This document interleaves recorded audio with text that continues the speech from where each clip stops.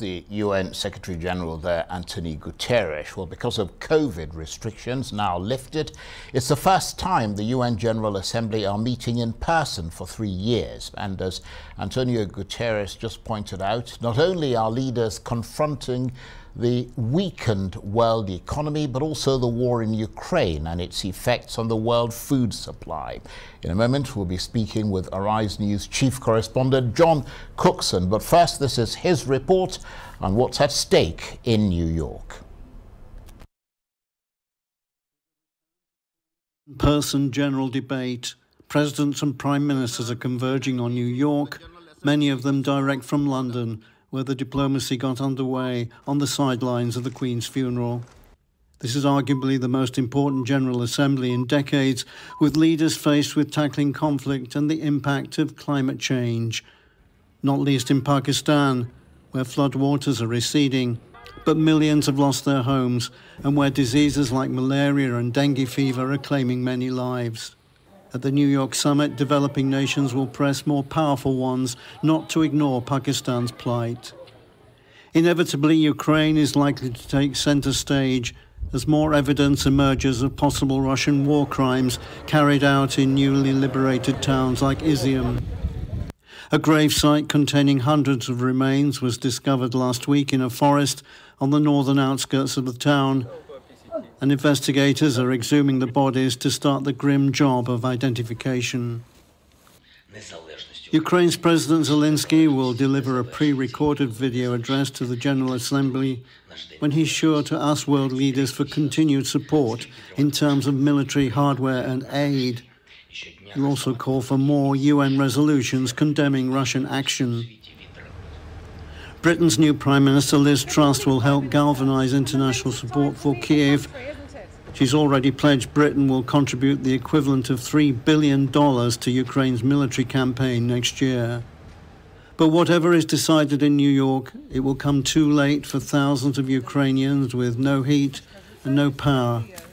Many don't know what's going on in the war, whether relatives are still alive, indeed whether there's still a Ukraine to fight for. John Cookson, Arise News. And John joins us now for more. Good to see you, John. A powerful opening statement from the UN Secretary General, if a bit depressing. I mean, what are world leaders going to be focusing on during this General Assembly summit? Hey, Charles, yeah, a very strong speech there from Guterres. He's saying that the world is on the brink of peril and the food crisis is going to sweep the world. Very, very strong stuff there. And let's hope that these strong words are getting through to the 150 plus leaders, presidents and prime ministers who've arrived in New York for what is a big week, Charles, for the UN. Ukraine taking center stage, but as I said in my report, there are other big issues to talk about, including climate change. Guterres is saying all the right things, but Charles, he has been criticized in the past for not taking perhaps a stronger role before the war broke out earlier this year, that perhaps previous UN Secretary Generals would have taken a much more hands-on role, talking to the Russians and to the Ukrainians to try to stop the war in the first place. One thinks of the likes of Kofi Annan, perhaps. But anyway, we are where we are, and he's now picking up the pieces. This war, which began in February, showing no signs of ending. And indeed, there are reports out of Moscow that President Putin is going to address the Russian people this evening. We're keeping an eye on that story. Now, what Putin's going to say, we don't know. You've already touched on the referendum that he plans to hold in the Donbass region, which, of course, the Russians will win outright. There's no way that poll is going to be a fair one. But there are reports that Putin is possibly considering a general mobilization of forces, not only to help to replace troops already fighting in Ukraine, but also to defend Russian borders. So a very sensitive situation at the moment developing, it seems, in Russia. And we'll wait to see what Putin has to say when his statement comes.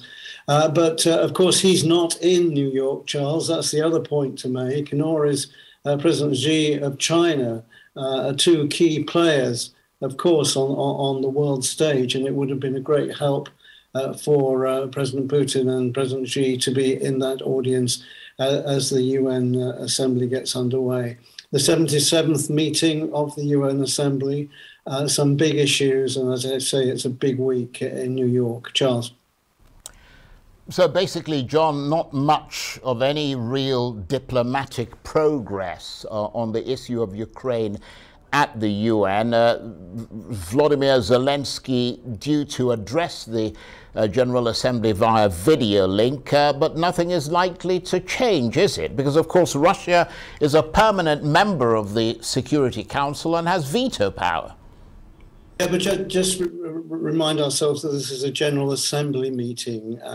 There will be a resolution passed, I'm sure. It's not binding in law. It's just a signal as to what the world thinks about a certain situation, and these resolutions are either followed by the countries that are being targeted at or ignored altogether. And as you say, the end result is the same because the Russians will just ignore that. Just one point on Guterres, on the plus side, we've talked about the minus. He was instrumental and played a key role in getting food ships, great grain ships moving out of Ukrainian southern ports and out to the rest of the world where the food and the grain is desperately needed. So, we can't condemn him all the way, but certainly the UN really has to, I think, up its game as far as Ukraine is concerned, and we'll have to wait and see what develops in the next couple of days. Zelensky, as you say, is to address the UN in a pre-recorded meeting, pre-recorded statement, I'm sorry, and he will talk about calling on worldwide support to continue, because he's terrified that as winter approaches and European countries come under pressure from the other hybrid war that Russia is fighting on gas and other fuel supplies, he's frightened that support for Ukraine will diminish in the coming months. Liz Truss in the UK, right behind Ukraine, as it seems, promising up to $3 billion of fresh money for military aid. And also Joe Biden, it seems at least that the Biden administration is on Zelensky's side. Zelensky will also raise the question of war crimes and, as I said in my report, mass graves and torture chambers being found in newly liberated cities in the east of Ukraine. So, as I say, big issues, big stories here, and developing story tonight in Moscow.